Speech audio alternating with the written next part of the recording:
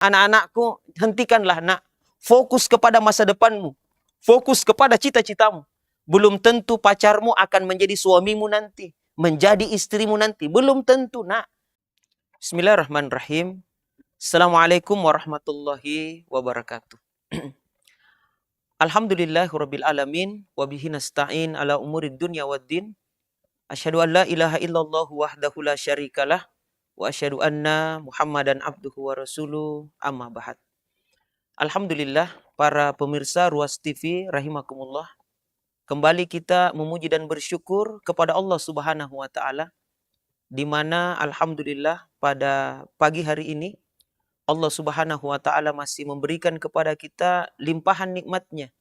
Di antaranya adalah berupa nikmat kesehatan, kekuatan, serta kesempatan untuk kita dapat bersama-sama bersua di Ruas TV ini dalam rubrik pembinaan anak dan remaja, yang insya Allah pada taklim duha ini kita akan membahas satu materi yang cukup penting, yaitu agar remaja tidak salah arah.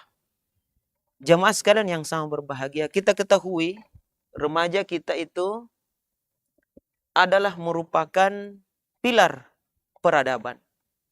Mereka adalah merupakan generasi masa depan, di mana di pundak mereka begitu banyak harapan-harapan yang kita ingin berikan kepada mereka.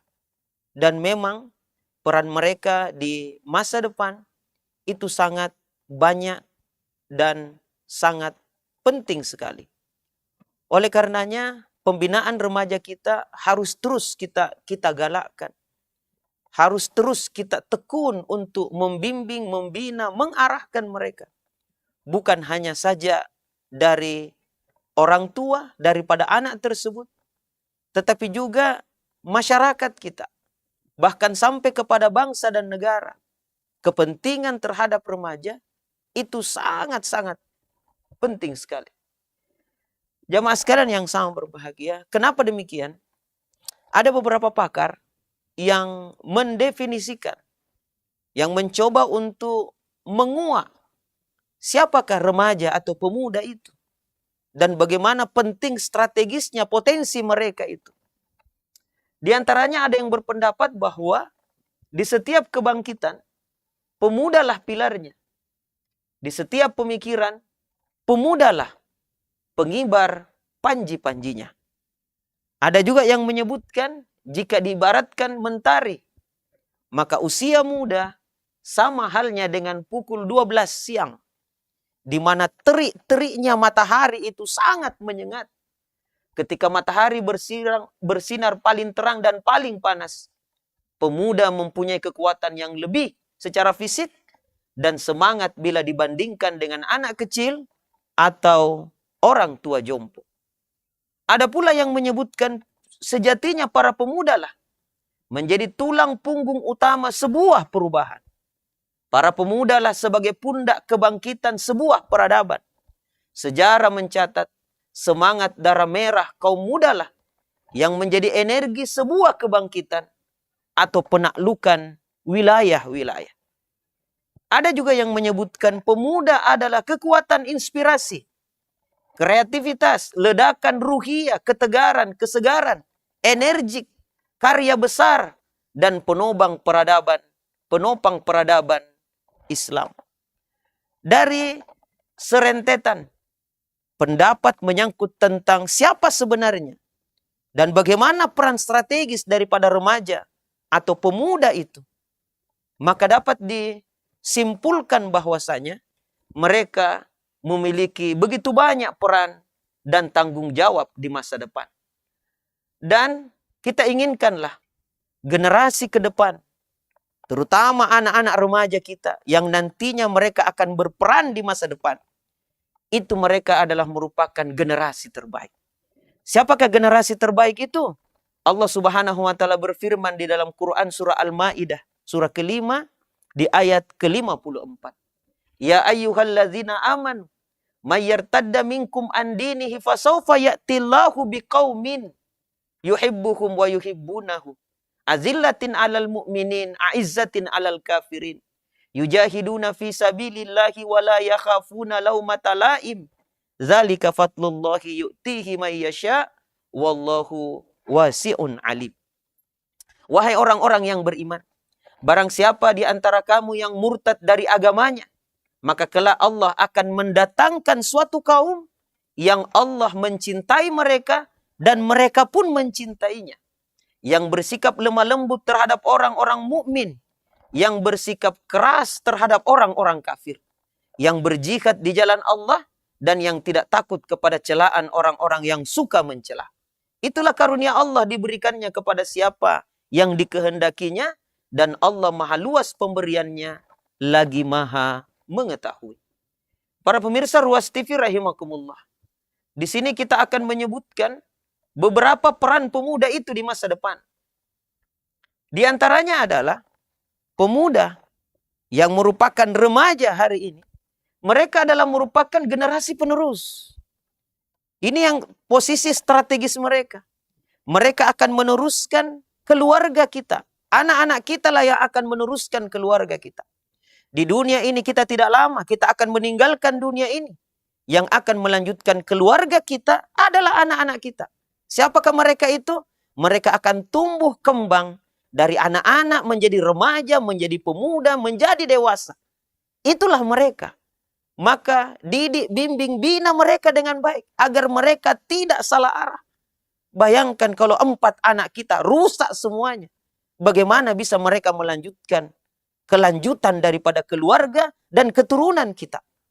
Oleh karena itu para nabi dan rasul begitu semangat mereka untuk memperoleh buah hati. Bahkan Nabiullah Ibrahim alaihissalam berdoa kepada Allah subhanahu wa ta'ala untuk mendapatkan keturunan itu.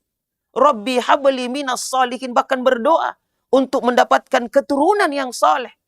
Karena tidak lama beliau hidup di dunia, akan meninggalkan dunia ini, yang akan melanjutkan keluarga, bahkan yang akan melanjutkan risalah, itu adalah anak-anak kita. Makanya kalau mempunyai anak, bersyukurlah kepada Allah subhanahu wa ta'ala, arahkan dia dengan baik. Jangan sampai dia salah arah. Dan anak-anak kita, itu bukan hanya melanjutkan keluarga kita, keturunan kita. Tetapi mereka juga akan melanjutkan pahala daripada orang tuanya. Penerus pahala. Amalan-amalan kebaikan orang tuanya akan dilanjutkan oleh anak-anaknya jika anak itu tidak salah arah. Sampai dengan orang tua meninggal dunia, maka pahala pun akan terus mengalir kepada orang tuanya. Disebabkan karena doa anak-anak yang soleh.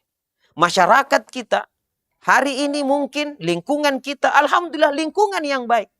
Tapi kalau anak-anak kita tidak arahkan, pemuda kita tidak arahkan dengan baik, maka mungkin generasi berikutnya, kampung kita atau lingkungan kita menjadi lingkungan-lingkungan yang kumuh. Bukan hanya kumuh dari sisi penampilannya, tetapi juga kumuh daripada akhlak dan peradaban remaja-remaja yang ada di situ.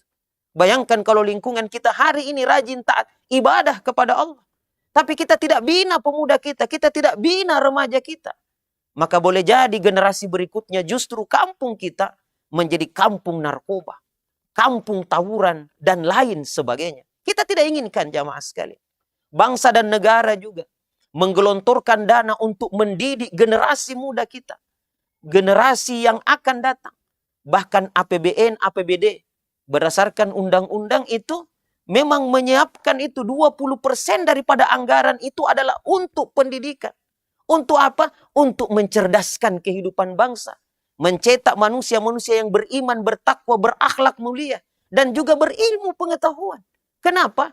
Karena mereka ini yang akan menjadi penerus daripada bangsa ini. Memperjuangkan bangsa ini sudah selesai di zaman penjajahan. Di zaman kemerdekaan ini. Yang dibutuhkan adalah bagaimana mengisi zaman kemerdekaan ini. Dan kita butuhkan generasi-generasi penerus. Generasi yang akan meneruskan daripada tongkat estafeta pembangunan ini. Tidak lama ketua RT pasti akan lengser dari jabatan. Ketua RW juga demikian. Kepala sekolah yang hari ini kepala sekolah, kita akan tinggalkan jabatan kita. Yang namanya khalifah itu salah satu pengertiannya adalah terjadinya perguliran, terjadinya pergantian dari satu masa ke masa yang lain, dari satu generasi ke generasi yang lain. Maka pendidikan yang luar biasa dananya ini digelontorkan untuk agar supaya terjadi yang namanya regenerasi yang baik itu. Para pemuda hari ini, para remaja hari ini, boleh jadi antara mereka ada yang merupakan calon-calon bupati, ada calon gubernur, bahkan ada yang mungkin calon menteri, bahkan ada yang merupakan calon presiden. Maka bibit-bibit unggul ini harus diunggulkan terus, harus dipupuk, harus disiram, harus dijaga dengan baik, agar supaya mereka tidak salah arah. Kenapa? Karena mereka adalah merupakan generasi penerus. Demikian pula jamaah sekalian, pemuda kita, remaja kita hari ini, mereka juga adalah merupakan angkatan pengubah. Jadi mengubah sesuatu yang buruk kepada sesuatu yang baik. Sesuatu yang buruk kepada sesuatu yang baik. Mungkin banyak kesalahan kehilafan yang kita lakukan hari ini, maka mereka yang akan mengubah itu semuanya ke arah yang jauh lebih baik. Boleh jadi hari ini jamaah sekalian, keluarga kita hanyalah keluarga yang biasa-biasa saja. Tapi anak-anak kita, remaja kita, kalau kita bimbing dengan baik, dia bisa mengubah keluarga kita menjadi keluarga yang luar biasa jamaah sekalian. Demikian pula mereka adalah merupakan angkatan pengganti. Boleh jadi hari ini negara kita begitu banyak pejabatnya yang korupsi. Ya, kita boleh jadi hari ini jamaah sekalian. Tetapi kita inginkan dengan pembinaan anak-anak kita, dengan akhlak, dengan agama yang baik yang dimiliki oleh anak-anak kita hari ini, yang nantinya mereka akan menjadi pemimpin di masa depan, maka mereka akan menjadi pemimpin-pemimpin yang saleh, pemimpin-pemimpin yang jujur. Mereka menggantikan generasi yang buruk itu, yang korupsi, kolusi, nepotisme, yang penuh dengan narkoba dan lain sebagainya, diganti dengan generasi yang baik. Mereka lah ini pengganti itu. Yang jadi masalah adalah kalau kita tidak bina anak-anak kita. Yang kita peduli hanya diri kita sendiri, tidak kepada generasi kita. Ini jamaah sekalian yang sangat berbahagia. Oleh karenanya, pembinaan remaja kita sangat-sangat penting dan utama. Kenapa? Karena mereka adalah merupakan generasi penerus, generasi pengubah, generasi pengganti. Bahkan mereka adalah merupakan penjaga nilai. Penjaga nilai, nilai-nilai kebaikan. Oleh karena itu, kalau kita ingin melihat suatu bangsa itu akan tumbuh dan berkembang, lihat pemudanya hari ini. Lihat remajanya hari ini. Bangsa itu akan tetap jaya 100, 200, sampai 1000 tahun di masa yang akan datang. Jikalau pemudanya adalah pemuda-pemuda yang sehat, bertakwa kepada Allah Subhanahu wa Ta'ala, pintar, cerdas, kemudian mereka mengisi waktunya dengan hal-hal yang bermanfaat. Tetapi negara ini bisa juga tumbang disebabkan karena generasi mudanya. Kalau generasi hari ini rata-rata narkoba, pergaulan bebas, minum minuman keras, bagaimana bisa diharapkan generasi ini di masa depan? Di sekolah tukang bolos, ya, kemudian tukang tawuran dan mengganggu lingkungan sekitar. Bagaimana bisa diharapkan? Maka mereka juga adalah merupakan penjaga nilai-nilai kebaikan. Jamaah sekalian yang sangat berbahagia. Nah, namun sayang, peran yang begitu strategis yang dimiliki oleh para remaja kita, pemuda kita ini, mengalami problem. Problem pemuda kita, problem remaja kita hari ini cuma ada dua sebenarnya. Akar daripada permasalahan yang begitu banyak, ya, yang dihadapi oleh para pemuda remaja kita hari ini sampai kepada lingkungan kita, sampai kepada berbangsa dan bernegara, itu cuma ada dua problem itu. Yang pertama adalah problem syubhat, dan yang kedua adalah problem syahwat. Dua saja ini, syubhat dan syahwat. Nah, coba kita perhatikan jamaah sekalian, problematika syubhat. Nah ini, syubhat masa muda. Apa itu? Ini, menyia-nyiakan waktu. Inilah anak muda kita hari ini. Habis waktunya untuk hal-hal yang tidak ada manfaatnya. Padahal manakala mereka mengisi waktunya dengan baik, di masa muda, di masa remaja, itu diibaratkan seperti dia menanam. Dan nanti setelah dia menanam, dia menjaga dengan baik, maka dia akan memetik hasilnya. Namun, menghambur-hamburkan waktu, menyia-nyiakan waktu, sehingga begitu banyak kesempatan yang berharga itu tidak dimaksimalkan oleh para pemuda, oleh para remaja kita. Saya sering menyebutkan kepada anak-anak muda kita, anak-anak remaja kita, sekolah, anak mahasiswa kita. Manfaatkan waktu Anda dengan baik. Dengan cara bagaimana? Dengan cara belajar. Orang tua mencarikan kita nafkah untuk kehidupan kita. Alhamdulillah, rezeki Allah datangkan kepada kita lewat orang tua kita. Belum waktunya para remaja untuk mencari uang, untuk mencari maisha, belum waktunya. Waktu mereka adalah merupakan waktu untuk belajar, waktu untuk mengisi, waktu untuk menanam ilmu pengetahuan, skill keterampilan untuk masa depan mereka. Jangan sia-siakan waktu Anda dengan main gadget, dengan main game, kongko-kongko, kumpul-kumpul dengan teman-teman. Kemudian sekali-sekali ya tawuran dan lain sebagainya. Kasihan Anda.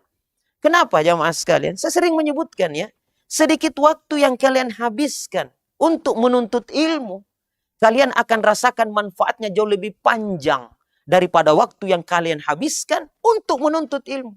Tidak lama jika kita belajar, tidak lama. Tetapi setelah kita mendapatkan ilmu tersebut, begitu panjang kita manfaatkan. Begitu panjang kita rasakan manfaat daripada ilmu itu. Tidak lama. Tidak lama jika Anda itu nakal, menghambur-hamburkan waktu. Tidak mendapatkan ilmu dan keterampilan. Tetapi penyesalannya itu jauh lebih panjang. Nauzubillahi min dzalik. Tidak lama. Saya kadang berikan contoh.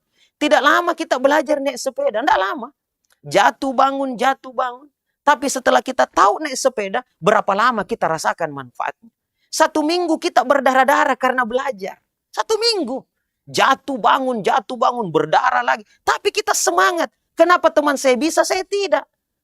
1 minggu saja kita menderita gitu ya. 1 minggu. Tapi setelah kita tahu naik sepeda, puluhan tahun kita rasakan manfaatnya. Puluhan tahun.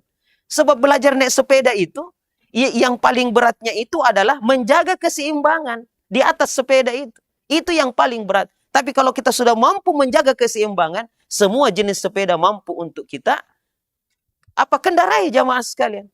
Tidak lama kita belajar, sepekan. Tapi manfaatnya puluhan tahun. Bahkan sebelum kita meninggal dunia, kita tahu naik sepeda. Ya. Tidak lama kita belajar naik sepeda, jatuh bangun. Tapi setelah kita tahu naik sepeda, semua lorong adalah milik kita. Ini luar biasa aja mas sekali. Tidak lama kita belajar bahasa Inggris, tidak lama. Mungkin 3 tahun ya di sekolah, ditambah dengan di tempat kursus 3 tahun. Ya, kita paksakan diri kita untuk belajar bahasa Inggris. Tapi setelah tahu bahasa Inggris, semua dunia kita bisa kunjungi. Karena bahasa yang internasional sekarang bahkan 75%.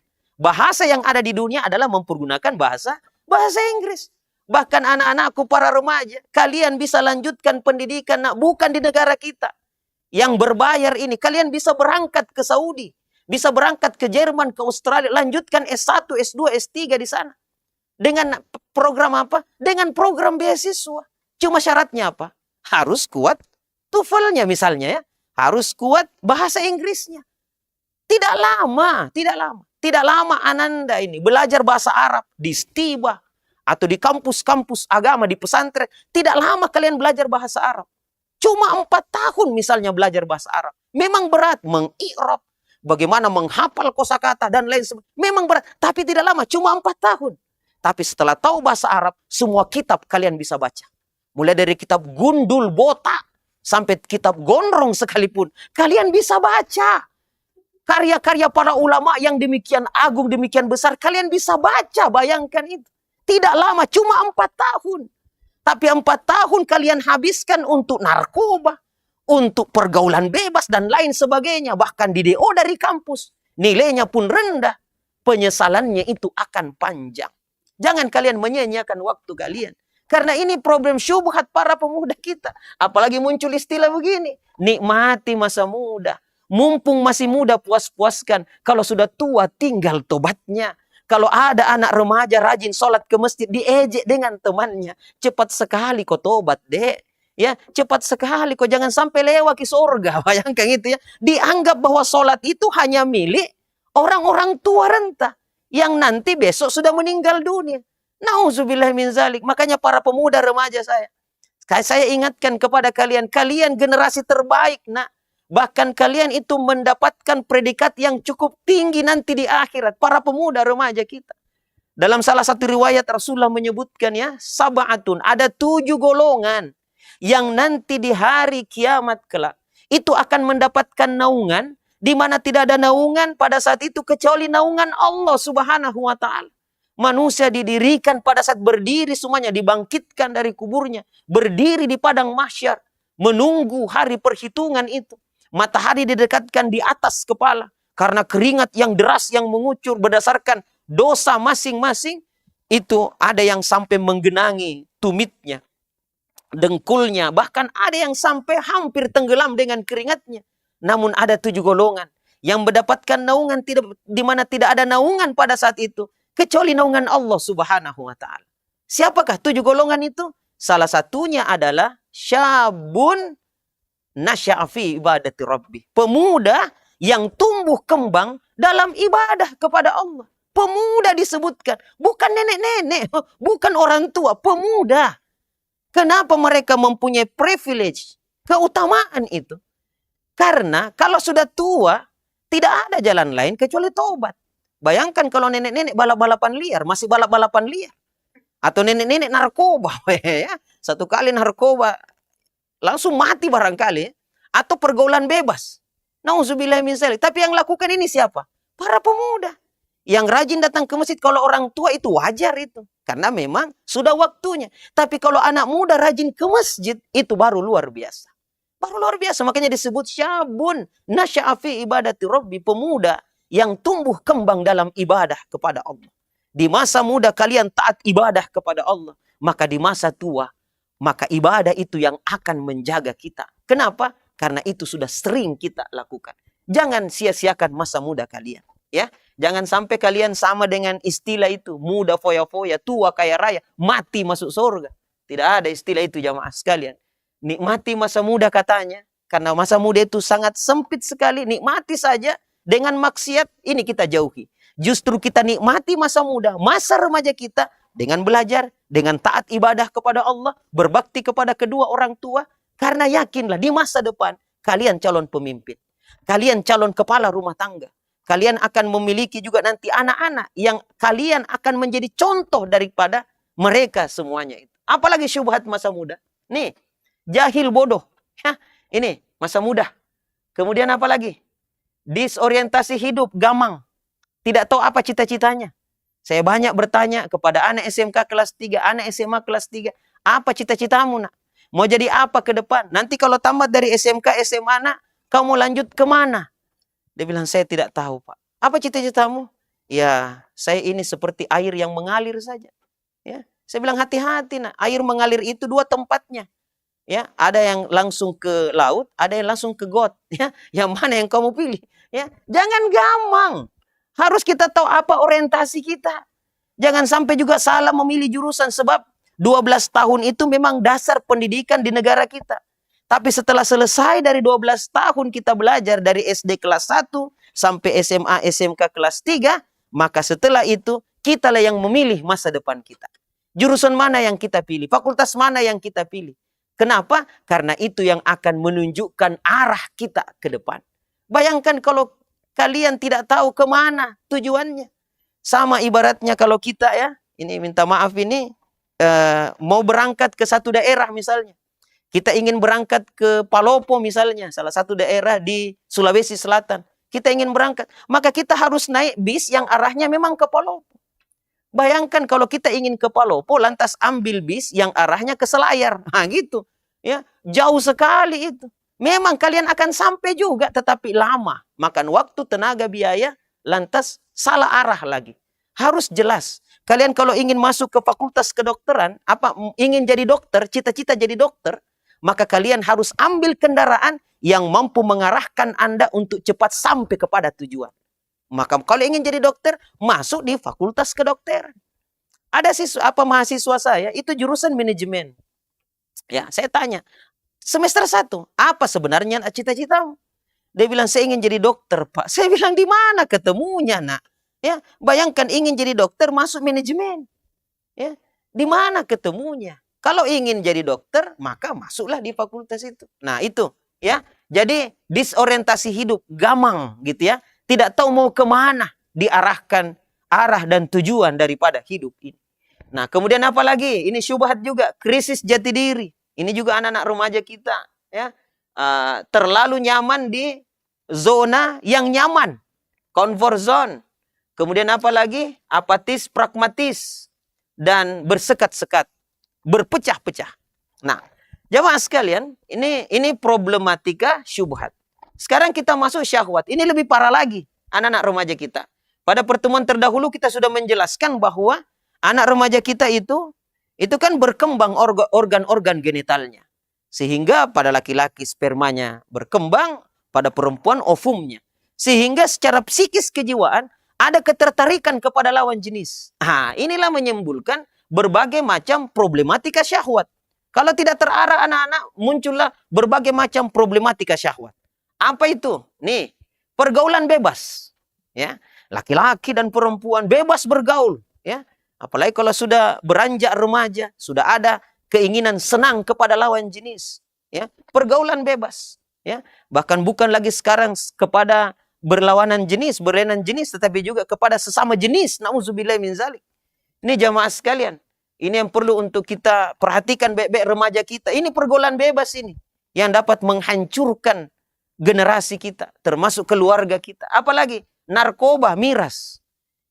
Ini yang banyak kena, ini anak remaja, narkoba, miras. Kemudian yang berikutnya, ibadah loyo. Nah, ini anak-anak remaja kita. Ibadah loyo. Kalau disuruh ibadah, malas sekali. Maksiat lancar. Ya, kalau maksiat ya disitulah tempatnya, hedon. Kemudian yang berikutnya, minim motivasi belajar, malas. Nah, ini anak-anak kita. Takut ambil resiko. Ya, termasuk juga rabun membaca, lumpuh menulis. Ini yang paling parah ini, malas membaca. Ya, lumpuh menulis, malas menulis juga. Rajin menulis kalau di mana? Di temboknya orang. Ya. Rajin menulis di mana? Di medsos. Sambil membuli temannya. Ya. Rabun membaca. Langsung saja main share. Tidak tahu apa yang dia share itu. Rabun membaca. Lumpuh menulis. Negara lain kenapa sampai maju? Karena mereka membaca buku luar biasa. Bahkan buku yang mereka baca itu katanya ya di negara Jepang. Itu lebih tinggi bukunya. Buku yang dia baca kalau disusun-susun lebih tinggi daripada tinggi badannya. Kalau kita mana itu? Apalagi ini, pembangkang. Ya, suka membangkang. Ini juga syahwat. Semakin dilarang, semakin menantang. Apalagi tidak mandiri, cengeng. Ya, selalu hanya bergantung kepada orang tua. Tidak bisa mandiri. Kemudian yang berikutnya, tidak produktif. Konsumtif dia. Jamaah sekalian yang sangat berbahagia. Ini saya minta maaf.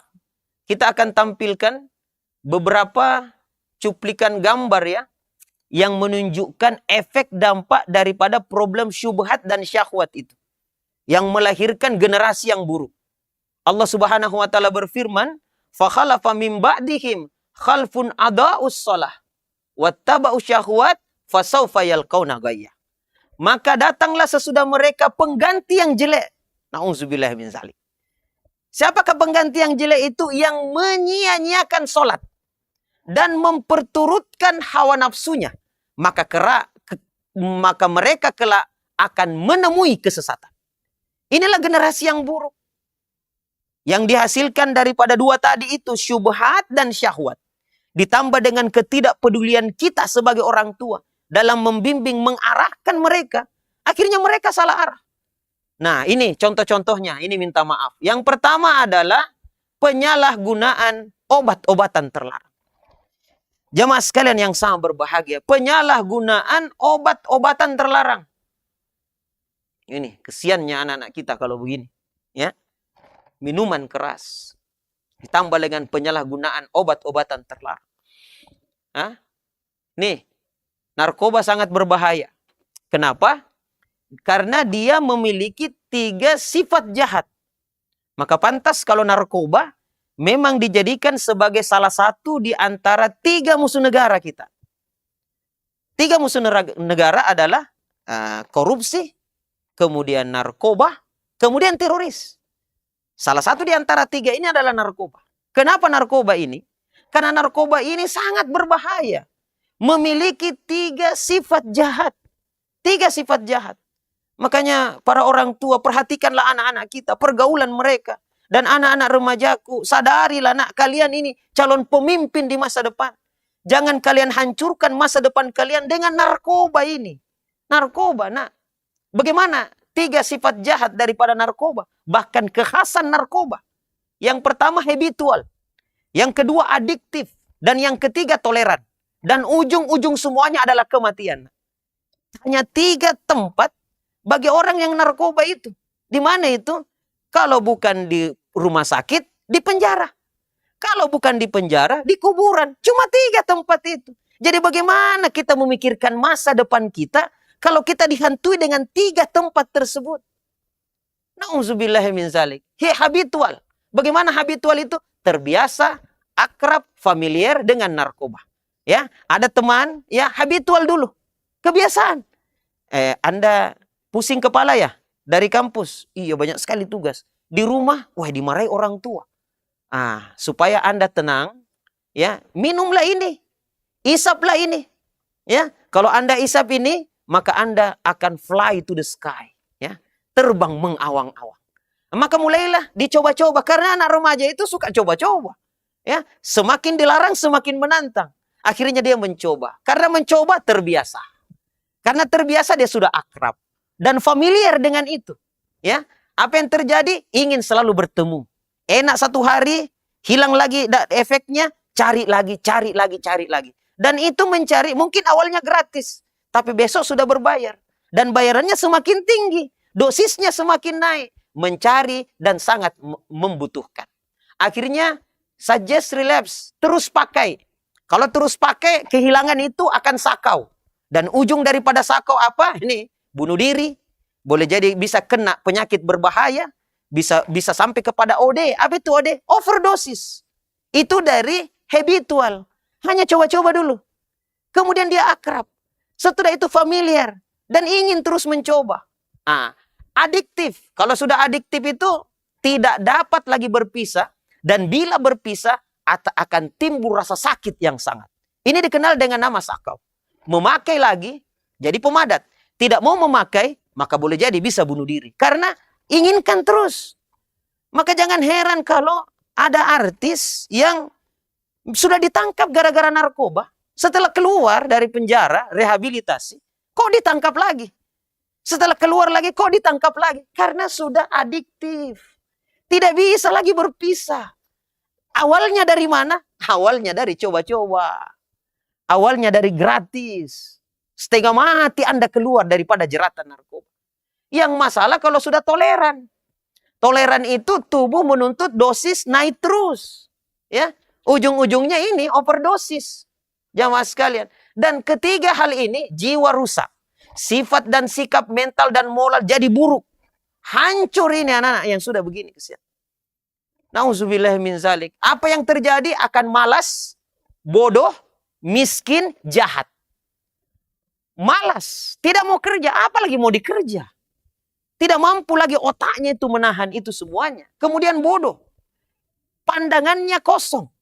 Yang dia pikirkan bagaimana bisa madat dan madat lagi. Nauzubillah min zalik. Jadi bagaimana? Bayangkan kalau calon menteri begini semua. Calon bupati begini semua. Nauzubillah jamaah sekalian. Jadi bodoh. Miskin. Kenapa? Bagaimanapun banyaknya harta orang tua, maka akan dikuras hanya untuk mendapatkan barang terlarang tersebut. Termasuk jahat. Menjahati orang tua sampai kepada membunuh. Kalau dia perempuan sampai menjual harga dirinya untuk mendapatkan uang dan membeli barang terlarang tersebut. Dan ujung daripada itu semuanya apa? Dijatuhi hukuman. Kalau bisa-bisa dibunuh dengan sindikat. Bahkan tertembak aparat. Rumah sakit, penjara, bahkan kuburan. Dan ujung daripada itu semuanya adalah kematian itu. Jadi sebenarnya narkoba ini masuk ke negara kita bukan hanya mereka mencari fulus. Tapi ingin menghancurkan bangsa ini. Ingin menghancurkan generasi muda ini. Yang mereka merupakan angkatan penerus. Angkatan pengubah, angkatan pengganti. Bagaimana bisa maju bangsa kita Kalau ini yang muncul jamaah sekali. Maka adik-adikku para remaja, jauhilah teman-teman yang seperti ini. Jauhilah kalau ada yang mencoba untuk coba-coba saja, jangan. Karena awal daripada itu semuanya adalah karena mencoba-coba. Nah, ini yang terjadi. Kalau sudah sampai kepada tingkat sakau. Nah, korban narkoba jenis ini, sabu-sabu ya, itu coba lihat itu. Minta maaf ini ya, enggak disensor, kesian ini ya. Coba itu. Kurus kerempeng itu. Apa yang dipikirkan tentang masa depan? Dia pikirkan tentang menikah, bagaimana caranya ini? Ini ya, ini sampai kepada naik mata putihnya ini kalau sudah sakau. Nauzubillah. Ini semuanya jamaah sekalian. Janganlah. Bagaimana bisa bangsa kita maju dan berkembang kalau begini semuanya? Kita butuh bangsa yang sehat, remaja yang kuat, pemuda yang hebat, jamaah sekalian. Nih, ya, lebih berharga nyawamu daripada satu hisapan asap narkoba. Ya, ada lagi nih. Nah, ini yang kedua.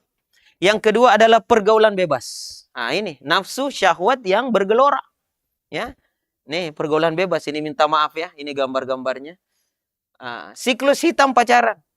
Karena ada ketertarikan kepada lawan jenis, ada siklusnya. Ya.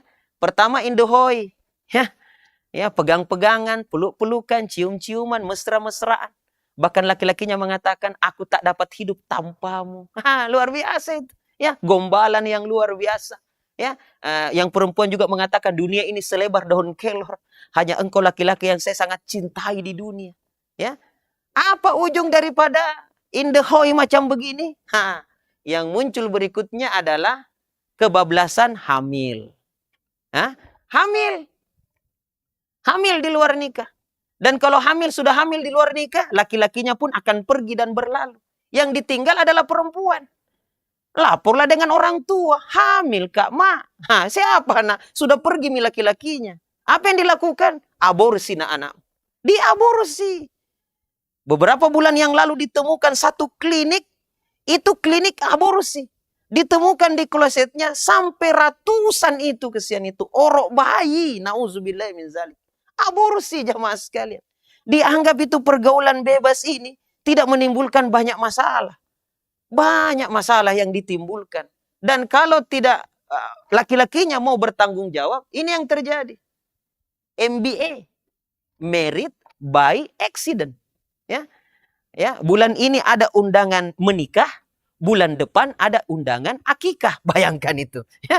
Bayangkan, bukan hanya mie saja instan, kelahiran juga instan. Ya, tidak cukup 1 bulan, lahir anaknya. Kadang kita berhitung, perasaan masih bulan lalu dia menikah. Kok sekarang sudah, ini married by accident. Apalagi jamaah sekalian, nih perilaku seksual remaja SMP SMA ini tahun 2010, kalau saya tidak salah ya. Hasil survei, surveinya 97% pernah nonton film porno. Ya, jadi hati-hati anak-anak gadisku. Anak-anak remaja putri, hati-hati. Laki-laki itu nak, remaja itu nak, sudah pernah mimpi basah. Dan dia setelah mimpi basah, mimpi yang begitu indah, nonton lagi video porno. 97% loh. Dari 4.500 responden ini, 12 kota besar di Indonesia. Hasilnya mencengangkan. 97% anak remaja yang disurvei sudah pernah nonton film porno. Dan film porno yang dia nonton, sudah mimpi basah, nonton lagi video porno. Maka akan terpapar pornografi di kepalanya. Dan tiap 3 menit selalu ingin nonton dan ingin nonton lagi. Dan kalau sudah nonton, ingin mempraktekkan. Kepada siapa dia praktekkan pertama kali? Kepada teman dekatnya. Siapakah teman dekatnya? Itulah pacarnya. Maka hati-hatilah berpacaran. 62,7% remaja SMP sudah tidak perawan lagi. Bayangkan. Tapi ini bukan tahun ini ya. Di tahun 2010 yang lalu. Ya, sekarang sudah tahun 2021. Mungkin lebih naik lagi ya surveinya ya. Nih, remaja. 62,7%. Kita tanya, kok bisa Ustadz? Iya, karena orang yang pacaran itu sudah dekat. Apalagi kalau laki-lakinya mengatakan, kalau kau hendak ingin memberikan kepadaku, maka kita akan putus. Maka perempuan takut sekali itu diputuskan. Akhirnya dia melakukanlah hal-hal yang tidak disahkan agama, negara, masyarakat. Ini jamaah sekali. Bahkan 21,2% remaja sudah pernah aborsi. Nauzubillahi min zalik. Inilah yang terjadi. Makanya jaga baik-baik anak remaja kita.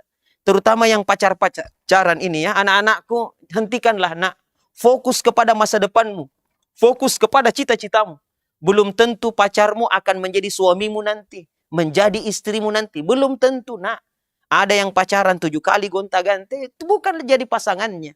Maka ini yang perlu untuk kita jauhi. Termasuk ini, ya. Ini apalagi beberapa hari ini kan ada 14 Februari ya. Biasanya dijadikan momentum untuk untuk menyatukan katanya cinta kasih mereka. Dalam bingkai istilahnya apa? Valentine's Day. Hari kasih sayang. Ini tidak diajarkan dalam ajaran agama kita. Nah, yang namanya kasih sayang itu tiap hari, bukan tiap tahun. Ya, tanggal 14 Februari, wah, sang laki-laki becek, terimalah cintaku. Ya, tapi setelah hamil, jangan kau lari basok tanggung jawab kok. Nah, ini yang masalah jamaah sekalian. Nah, ini banyak sekali data-data yang sangat memiriskan ya. Dampak seks bebas atas nama cinta bisa pernikahan dini dan bisa juga sampai kepada putus sekolah. Ya. Kemudian apa lagi jamaah sekalian? Itu yang kedua ya. Yang ketiga adalah menghambur-hamburkan waktu. Menghambur-hamburkan waktu. Nah, ini seperti misalnya ini waktu-waktu ya, hedonis, hura-hura. Ya, ditambah lagi dengan krisis jati diri. Ya, ini minta maaf ini. Nih, coba lihat ya. Rambutnya kayak jengger ayam gitu ya. Kemudian ini juga nauzubillah min zalik. Minta maaf ini. Kemudian tawuran. Geng motor. Ya, geng motor anak-anak kita, ya. Sudah ndak pakai helm, ndak pakai sendal juga barangkali, ya. Ndak pakai rem lagi, ya. Kayak 2 saja nyawanya. Ya, termasuk ini masih geng motor ini. Nauzubillah. Nah, termasuk gila game. Gila game di media sosial. Ini anak-anak kita menghabiskan waktunya ya. Maka para pemuda, remaja, ayo bangkit nak. Bangkit daripada keterpurukan. Bangkit wahai anak mudaku, para remajaku, bangkit nak. Kalian adalah merupakan generasi terbaik di masa depan. Kalian akan berperan di masa depan nak. Berperan di masa depan. Ya. Maka jangan habiskan masa muda kalian dengan hal-hal yang tidak ada manfaatnya. Sebagaimana yang kita sebutkan sebahagian kecilnya tadi. Nah, jamaah sekalian, maka apa bekal yang perlu dipersiapkan untuk melaksanakan peran generasi muda? Ada 4 hal. Yang pertama adalah bekal keimanan. Yang kedua adalah bekal akhlak yang mulia. Yang ketiga adalah ilmu pengetahuan. Dan yang keempat adalah kepemimpinan. Ya, kenapa kepemimpinan ini penting? Karena kalian calon-calon pemimpin di masa depan. Kalian yang akan mengurus negara ini nak. Bukan hanya mengurus keluarga, bahkan mengurus negara ini. Kalian calon-calon pemimpin, maka keimanan, akhlak mulia, ilmu pengetahuan, dan juga kepemimpinan. Jamaah sekalian yang sangat berbahagia, mungkin inilah yang sempat kita sampaikan di kesempatan yang sangat berharga ini. Mudah-mudahan ada manfaatnya. Masih lanjut ya, karena keempat hal ini penting untuk kita uraikan satu persatu, agar supaya sebagai orang tua sudah tahu bekal apa yang perlu diberikan kepada anaknya, agar supaya mereka tidak salah arah. Dan anak-anak muda, anak-anak remajaku yang menyaksikan, yang menonton siaran ini, walhamdulillah, mudah-mudahan kalian dapat menepati janji kalian untuk melaksanakan peran yang baik di masa depan. Dengan mengisi masa muda dengan hal-hal yang bermanfaat.